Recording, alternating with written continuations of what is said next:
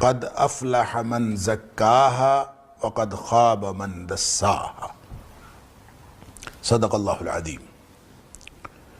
اللہ کریم نے مجھے اور آپ کو، ہم سب کو اس دنیا میں امتحان کے لیے بھیجا ہے، اور یہ امتحان بڑا جامع اور کمپریہنسو امتحان ہے، ہمہ وقت، ہمہ جہت اور لمحے لمحے کا امتحان۔ ہماری زندگی میں ایک بھی لمحہ زندگی ایسا نہیں ہے کہ ہم اس امتحان سے باہر ہوں۔ صرف 3 قسم کے لوگ نبی پاک صلی اللہ علیہ وآلہ وسلم نے فرمایا کہ ان کا امتحان نہیں لیا جا رہا ہوتا۔ رفع الاقلام عن 3 قسم کے لوگ ہیں جن کا امتحان نہیں ہو رہا ہوتا، باقی سارے انسانوں کا ہر لمحہ امتحان ہو رہا ہوتا ہے۔ اللہ اکبر۔ وہ 3 کون ہیں؟ ایک تو مجنون ہے جس کا دماغ چل گیا ہو، جس کے ہوش حواس نہ ہو، اور ایک چھوٹا بچہ ہے جو ابھی ہوش حواس کی عمر کو نہیں پہنچا، اور تیسرا النائم جو سویا ہوا ہو۔ وہ کہتے ہیں سویا اور مویا ایک برابر ہوتا ہے، اس کو بھی کوئی ہوش حواس نہیں ہوتا۔ یہ 3 کیفیات ہیں جب امتحان نہیں ہو رہا ہوتا، اور اگر ہم ان 3 کیفیات میں سے کسی کیفیت میں نہیں ہیں تو ہر لمحہ ہمارا امتحان ہو رہا۔ اور یہ جو امتحان ہے یہ ہے بھی بڑا سخت، اس قدر سخت کہ ہماری زبان سے کوئی ایک کلمہ نکلتا ہے تو اللہ کریم فرماتا ہے ما یلفظ من قول الا لدیہ رقیب عتید۔ جو بھی ایک کلمہ تمہاری زبان سے نکلتا ہے تو اس کو لکھنے والا فوراً اس کو تیار بیٹھا ہوتا ہے، اس کو لکھ لیتا ہے، وہ اللہ کے دربار میں پہنچ جاتا ہے۔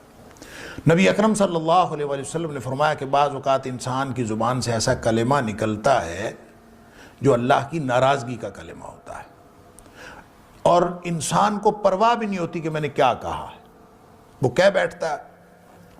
اللہ اکبر۔ وہ کلمہ جب اللہ کے دربار میں پہنچتا ہے تو اللہ تعالیٰ اس ایک کلمے کی وجہ سے اس کو جہنمی لکھ دیتا ہے۔ اللہ، اور اس کو پرواہ بھی نہیں ہوتی میں نے کیا کہا۔ اسی طرح بعض اوقات اس کی زبان سے ایسا کلمہ نکلتا ہے جو اللہ کی خوشنودی اور رضامندی کا کلمہ ہوتا ہے، اس ایک کلمے کی وجہ سے اللہ تعالیٰ اس کو جنتی لکھ دیتا۔ گویا یہ ایسا امتحان ہے کہ ہر لمحہ جنت اور جہنم کا فیصلہ ہو رہا ہوتا ہے، ہر لمحہ یا ہم جنت کے قریب ہو رہے ہیں یا ہم جہنم کے قریب ہو رہے ہیں۔ لیکن اس امتحان کے اندر صرف ظاہری اعمال شامل نہیں ہیں، اللہ کریم نے جو باطنی کیفیات انسان کی بنائی ہیں، انسان کا جو دل ہے، انسان کا جو دماغ ہے، جس کو قرآن نے نفس کہا ہے، جو باطنی کیفیات ہیں اور جو ظاہری اعمال ہیں، ان دونوں کا جو کمبینیشن ہے اس کا امتحان ہو رہا ہوتا ہے۔ ایسا نہیں ہے کہ اللہ کریم صرف ظاہر کو دیکھتا ہے یا شکلوں کو دیکھتا ہے، اللہ تعالیٰ باطن کی کیفیات کو بھی دیکھتا ہے۔ اس لیے نبی اکرم صلی اللہ علیہ وسلم نے جو فرمایا انما الاعمال بالنیات، ظاہری طور پر عمل جو ہے وہ بھی اہم ہے، لیکن اس عمل کی اصل اہمیت اس باطنی کیفیت پر منحصر ہے، جس باطنی کیفیت کے ساتھ وہ عمل سر انجام دینے کی کوشش کر رہا ہے یا جو اس نے ارادہ کیا، اس کو کہتے ہیں نیت۔ اور نیت دل کا فعل ہے، اور وہ کسی کو نظر نہیں آتا، وہ اندر ہے، وہ چھپا ہوا ہے۔ انسان کی ظاہری طور پر اعمال کے اندر وہ چیز شامل نہیں ہے، نیت اللہ کو معلوم ہے۔ اور ظاہری طور پر عمل وہی ہو جو ساری دنیا کر رہی ہے، نیت کا فرق ہو تو نتیجہ فرق ہے۔ اس کے نتیجے میں ایک کو کامیابی مل سکتی ہے، ایک کو ناکامی مل سکتی ہے، بظاہر عمل ایک جیسا۔ نبی اکرم صلی اللہ علیہ وسلم اس کی وضاحت فرمائی کہ وَإِنَّمَا لِكُلِّ امْرٍ مَّا نَوَىٰ، ہر شخص کو وہی چیز ملے گی جس کی اس نے نیت کی، جس نیت کے ساتھ اس نے عمل سر انجام دیا ہے وہ ملے گا۔ اب اس کی آپ نے پھر ایک اور وضاحت فرمائی، چونکہ موقع تھا ہجرت کا، اور کہتے ہیں کہ ایک شخص نے ہجرت کی تھی۔ نبی پاک صلی اللہ علیہ وسلم نے جب اہل ایمان کے ساتھ مکہ سے مدینہ منورہ ہجرت کی تو ہجرت پتہ ہے کتنا بڑا عمل ہے، اللہ اکبر۔ نبی پاک صلی اللہ علیہ وسلم الہجرۃ تہدم ما کان قبلھا، ہجرت اتنا بڑا عمل ہے کہ اس سے پہلے کے سارے گناہ معاف ہو جاتے ہیں صرف ہجرت کر لینے سے. اتنا بڑا عمل ہے. اور یہ عمل اس شخص نے بھی کیا، مکہ سے مدینہ منورہ وہ بھی آیا، لیکن اس کا مقصد کوئی اور تھا. پھر آپ نے فرمایا کہ فمن کانت ہجرتہ الی اللہ ورسولہ فہجرتہ الی اللہ ورسولہ، جس نے دل سے بھی یہ کیفیت رکھی ہوگی کہ میں اللہ اور اس کے رسول صلی اللہ علیہ وسلم کے لیے ہجرت کر رہا ہوں، فہجرتہ الی اللہ ورسولہ، اس کی ہجرت اللہ اور اس کے رسول صلی اللہ علیہ وسلم کے کھاتے میں گنی جائے گی.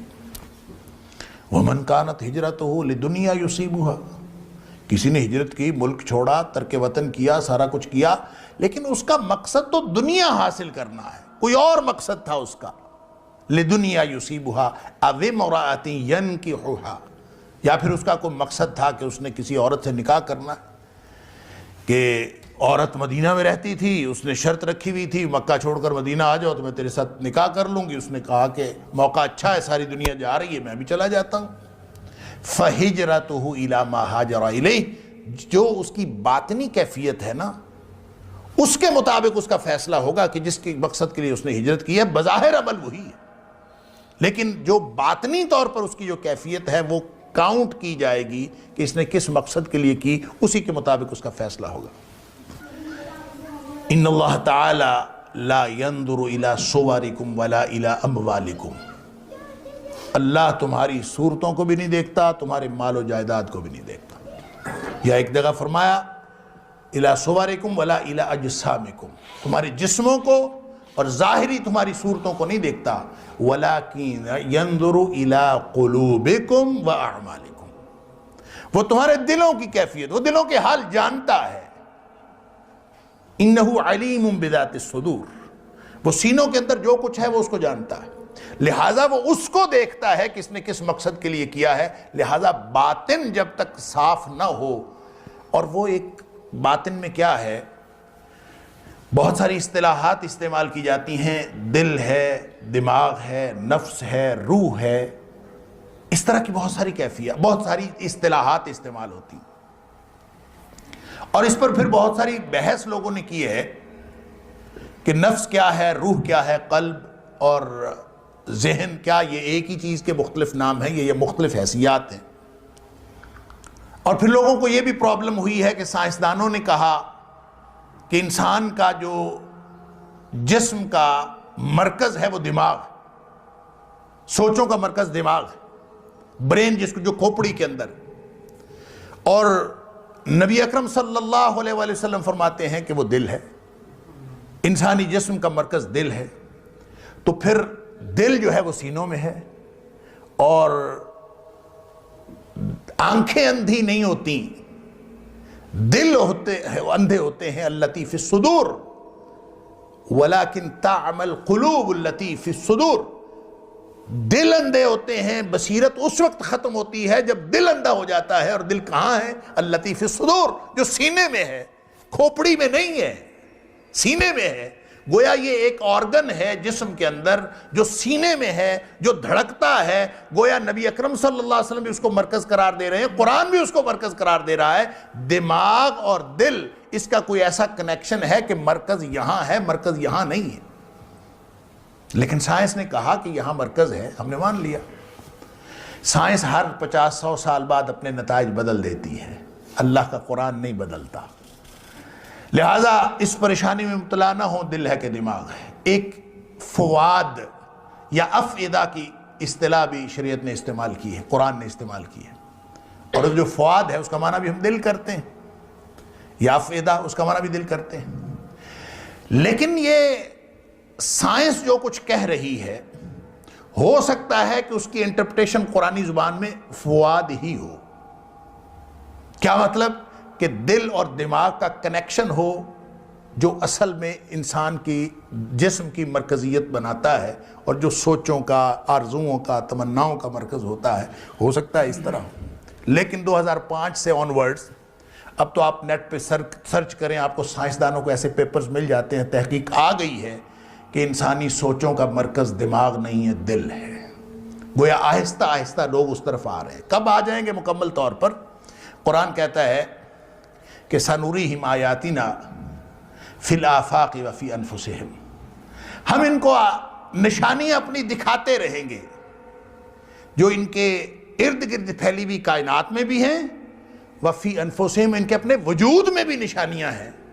وہ دیکھ دیکھ کے، وہ کیسے نشانیاں دیکھیں گے؟ ظاہر ہے وہ جو ایکوائرڈ نالج ہے، جو سائنس کے ذریعے سے انسان ایکوائر کر رہا ہے، اس کے ذریعے سے مختلف چیزیں انسان کو پتہ چلتی رہتی ہیں۔ جب سائنس کا حتمی نالج کسی حتمی نتیجے پر پہنچتا ہے تو وہ قرآن کے دیے ہوئے بیان سے یا قرآن کی دی ہوئی اس حقیقت سے یا قرآن کی دی ہوئی تعلیم کے خلاف نہیں ہو سکتا۔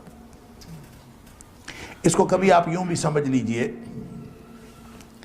کہ جو قرآن کی آیات ہیں یہ اصل میں جملے ہیں نا، یہ تو زبان ہے لکھی ہوئی ہے، جملے ہیں، فقرے ہیں۔ جملہ بھی عربی زبان کا لفظ ہے، فقرہ بھی عربی زبان کا لفظ ہے، لیکن ان کو کبھی بھی کسی نے جملہ یا فقرہ نہیں کہا۔ خود قرآن نے اس کو آیات کہا ہے۔ آیت کا معنی ہوتا ہے نشانی، تو اس کا مطلب ہے یہ جو جملے اور فقرے نہیں ہیں، یہ اللہ کی نشانیاں ہیں جو قرآن کے اندر ہیں، اور وہ بھی نشانیاں ہیں جو ارد گرد پھیلی ہوئی کائنات میں ہیں، جو اللہ نے نازل کی ہیں نشانیاں قرآن کے اندر، اور جو ارد گرد پھیلی ہوئی کائنات میں نشانیاں ہیں، ان دونوں کے اندر کوئی تضاد نہیں ہے۔ یہ ہو نہیں سکتا کہ ارد گرد پھیلی ہوئی کائنات، نیچرل فینومیناز، آپ فلکیات کی بات کریں، آپ فزکس کی بات کریں، آپ نباتات کی بات کریں، آپ حیوانیات کی بات کریں، بائیولوجی کی بات کریں، آپ زوالوجی کی بات کریں، یہ ہو نہیں سکتا کہ وہ علم جو آفاق و انفس میں پھیلا ہوا ہے، جو انسان اپنی اللہ کی دی ہوئی صلاحیتوں کے ذریعے سے ایکوائر کرتا ہے، وہ علم اور جو اللہ نے نازل کیا ہے قرآن کے اندر، وہ علم، اس کے اندر کوئی تضاد ہو، یہ ممکن نہیں ہے۔ یہ ہماری علم کی کجی ہوگی جب ہمیں تضاد نظر آ رہا ہوگا، یہ ہمارے فہم کی کمی ہوگی جب ہمیں کوئی تضاد نظر آ رہا ہوگا۔ اللہ فرماتا ہے کہ جب یہ حتمی نالج پر پہنچیں گے، سنریہم آیاتنا فی الآفاق وفی انفسہم، جب یہ ارد گرد پھیلی ہوئی کائنات اور نیچرل فینومیناز کے اندر وہ نشانیاں دیکھیں گے، حتی یتبین لہم انہ الحق، ان کے اوپر واضح ہو جائے گا کہ اللہ نے جو قرآن میں نازل کیا ہے یہی حق ہے، یہی وہ نشانیاں تھی جو ارد گرد پھیلی ہوئی کائنات میں ہیں۔ لہٰذا جس طرح اللہ کے قرآن پر ایمان لانا فرض ہے، ارد گرد پھیلی ہوئی کائنات کی جو توحید کی نشانیاں ہیں ان پر ایمان لانا فرض، ان کے اندر کوئی تضاد نہیں۔ لہٰذا وہ نشانیاں اللہ تعالیٰ فرماتے ہیں ہم ان کو دکھائیں گے، اور پھر سائنس اس نتیجے پہ پہنچ چکی ہے۔ ویسے تو آج سے 20 سال یا 25 سال پہلے تو یہ بحث تھی، آج تو سائنس نے کہنا شروع کر دیا کہ مرکز دماغ نہیں ہے دل، اور نبی پاک صلی اللہ علیہ وسلم نے تو واضح طور پر فرمایا کہ انسانی جسم کے اندر ایک لوتھڑا ہے، الا ان فی الجسد مضغہ، انسانی جسم کے اندر ایک لوتھڑا ہے، سبحان اللہ۔ وہ اگر لوتھڑا ٹھیک ہو جائے، اذا صلحت صلح الجسد کلہ، اگر وہ لوتھڑا ٹھیک ہو گیا تو سارا جسم ٹھیک ہو گیا، یعنی پورا انحصار اصلاح کا اس لوتھڑے کے اوپر ہے۔ اللہ اکبر۔ وَإِذَا فَسَدَتْ فَسَدَ الْجَسَدُ كُلُّهُ، اگر وہ لوتھڑا خراب، اس میں بگاڑ پیدا ہو گیا تو سارے جسم میں بگاڑ پیدا ہو گیا۔ اور فرمایا الا وہی القلب، اور وہ لوتھڑا جو ہے وہ دل ہے، اس کی اصلاح کیجئے۔